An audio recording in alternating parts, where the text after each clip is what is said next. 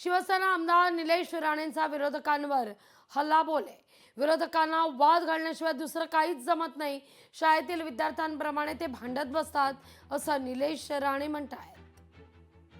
या सगळ्या संदर्भात निलेश राणे यांच्याशी संवाद साधले आपले प्रतिनिधी चेतन ननावरे यांनी.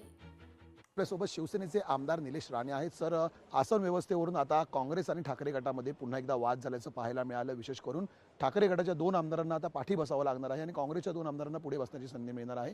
यावरून भास्कर जाधव आणि ठाकरे गटाचं शिष्टमंडळ आहे त्यांनी अध्यक्षांची भेटही व्यक्त केली आणि काँग्रेस विरोधात देखील नाराजी व्यक्त केलेली आहे.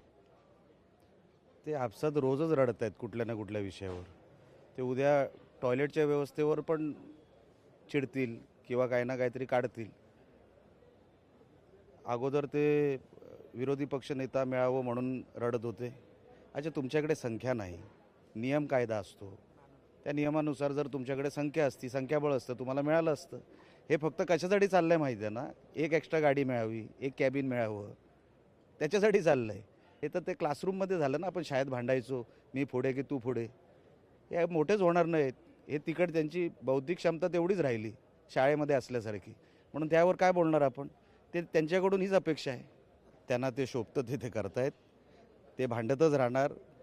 त्यांच्यामध्ये कधीच ते जमणारं नाही.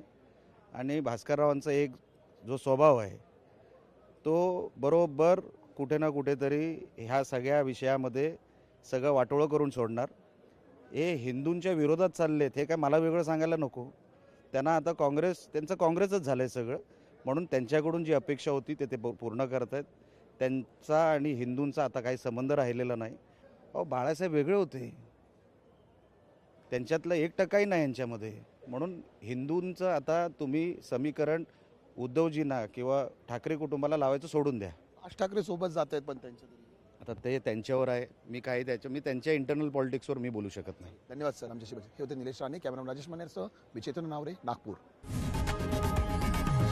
लोकशाही मराठी ऐका, पहा, जागरूक रहा.